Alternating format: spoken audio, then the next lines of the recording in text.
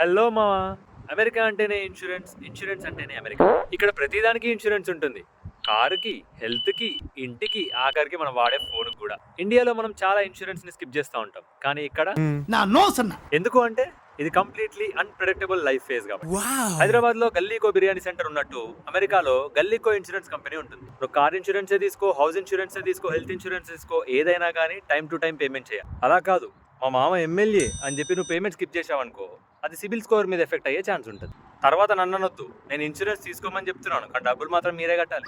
ఇక్కడ ప్రతిదీ కాస్ట్ ఎక్కువే, అందుకే ప్రతిదానికి ఇన్సూరెన్స్ ఉంటుంది. సో అన్నిటికీ ఇన్సూరెన్స్ తీసుకోవడానికే ప్లాన్ చేయండి.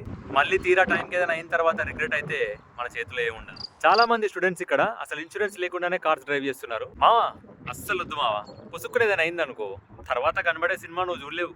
సో అది matter. Be careful and get insured. నీ అమ్మ ఇంతసేపు ఇన్సూరెన్స్ గురించి మాట్లాడుతుంటే ఎల్ఐసి ఏజెంట్ లా ఉంది మావా. చలో బాయ్.